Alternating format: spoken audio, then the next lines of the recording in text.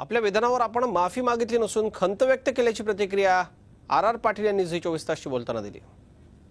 उपरोधिकपणाने केलेली ही टीका होती। यामध्ये महिलांच्या अपमानाचा प्रश्नच नाही। वास्तविक महिलांच्या बाबतीत माझ्या काय भावना आहेत, मी काय काम केलं हे महाराष्ट्रासमोर आहे।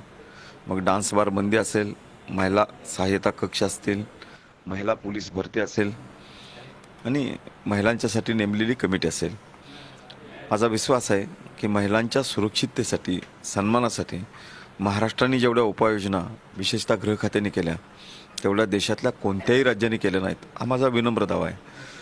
आता एका बाजूने मी एवढं काम केलेलं असताना महिलांची अप्रतिष्ठा होईल अशा हेतूने अर्थाने मी बोलणं शक्यच नाही, मागही नव्हतं, आजही नाही। पण एक उपरोधिक टीकेचा केवळ राजकीय आणि तापलेलं वातावरण आहे याचा संदर्भ घेऊन काही जणांनी राईचा पर्वत करण्याचा प्रयत्न केला आहे। यापेक्षा यामध्ये काही तथ्य नाही।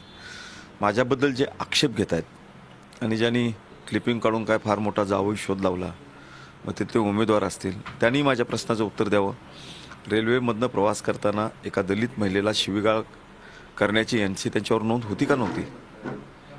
आता ते लोक अशी प्रकरणं उकरून काढत असतील तर मग त्यांचंही खरं स्वरूप लोकांसमोर यायला हवं आणि मग मला ते आणावं लागेल। जर भावना दुखावल्या असतील तर तुम्ही त्यांची जाहीर माफी मागाल का?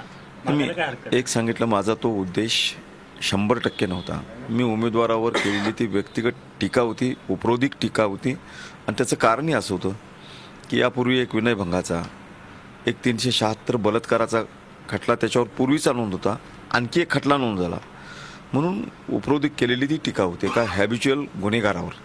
पण महिला वर्गाचं जर कुठेतरी नाराजी असेल त्यांना बाबा नाही, यात नाराज होण्यासारखं मी काय बोललोय? एका व्यक्तिगत उमेदवारावर केलेली ती टीका होती। आता त्यातनं राईचा पर्वत करून जर कोणाच्या भावना दुखावल्या असं कोण म्हणत असेल तर मी दिलगिरी सुद्धा व्यक्त करेन। त्याबद्दल महिलांच्या भावना दुखवण्याचा प्रश्नच नाही। झी 24 तास रहा एक पाऊल पुढे।